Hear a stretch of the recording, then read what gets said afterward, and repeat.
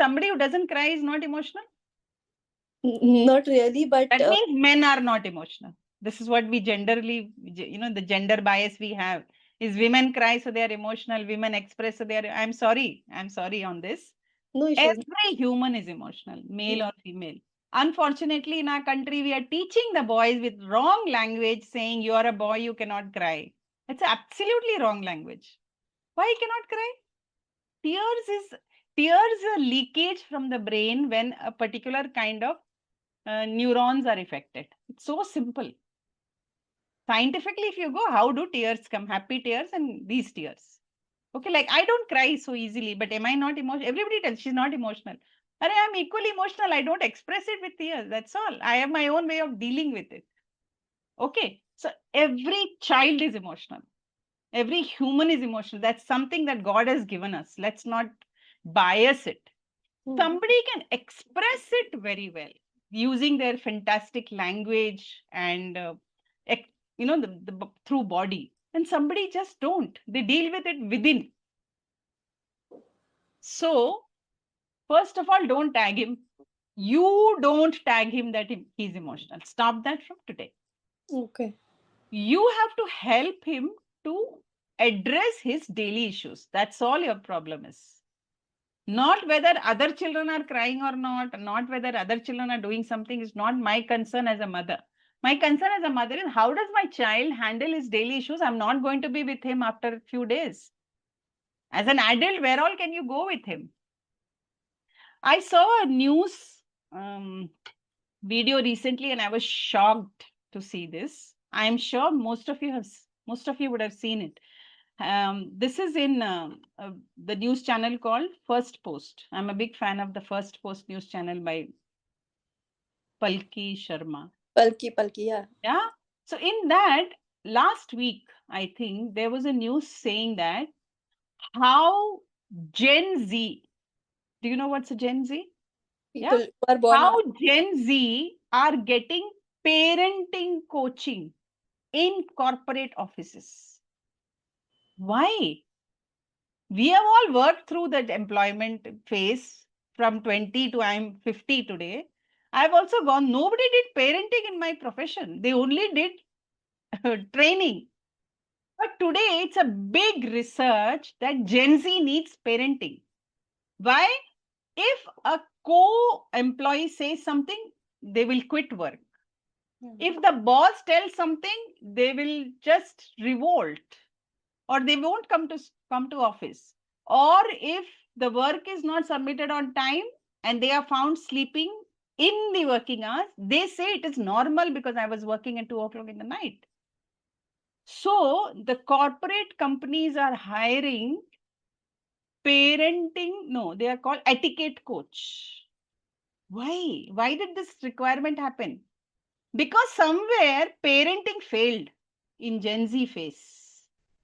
See, the parenting has been changing. All of you are listening are from different age groups today. And you must be realizing the concept of parenting has continuously been changing. Money has changed the parenting systems. Yeah. Joint family, single family problems have changed parenting patterns. Single parents' parenting patterns are different. Now, and they also said in the news that these etiquette coaches are so expensive for the companies because this is an additional expenditure they are going to levy on making these Gen Z capable. So I always think what failed before that they have to cover up now.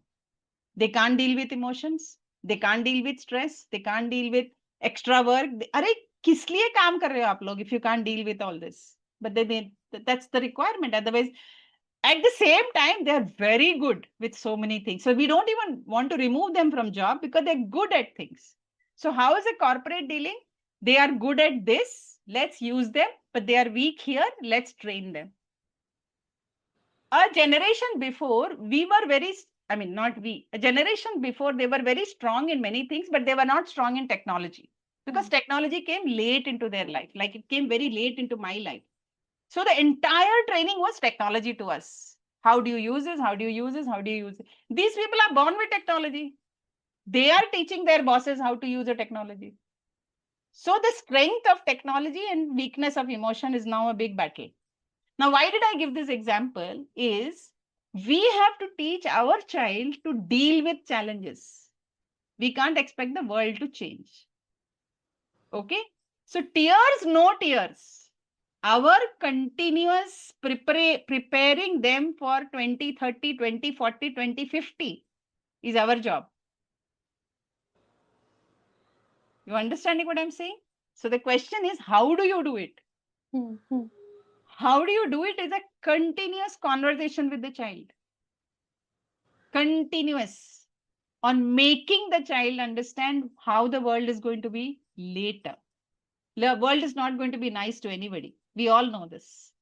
The only people who are nice are parents. Nobody else. Nobody else. Every parent here has given me reasons. I mean, he has already told me how bad the teachers are or what teachers are doing, including you did. So I don't have any expectation from teacher also. That means I have to become strong enough that my child learns to deal with his problem. So educating that is more important than reading, writing. Educating emotion. Educating self-reliancy. Reading, writing will come.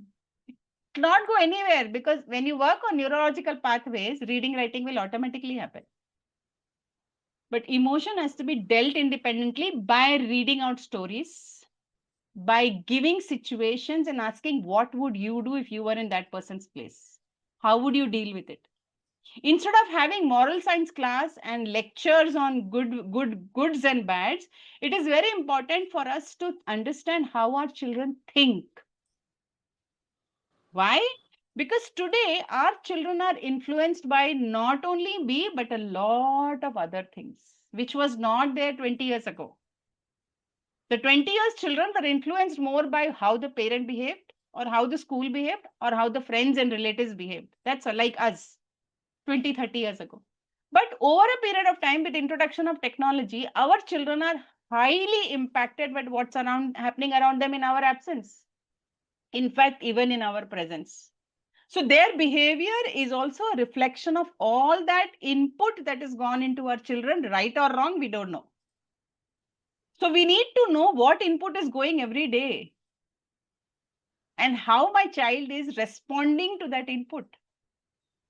And how do I help him to react to those inputs?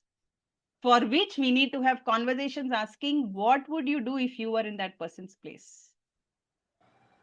Like if we are watching a news episode tomorrow together, and they hear of something, if we don't want, we'll say switch it off. We don't want a child to see. You will switch off your TV, but he will see it somewhere else, because it's just bombarded into their life. Instead of running away, I think my method would be, okay, what would you do? What is your opinion? What is your suggestion? How do you look at it? Today the child is small, but they are bombarded with information, whether they like it or not. Are you able to understand?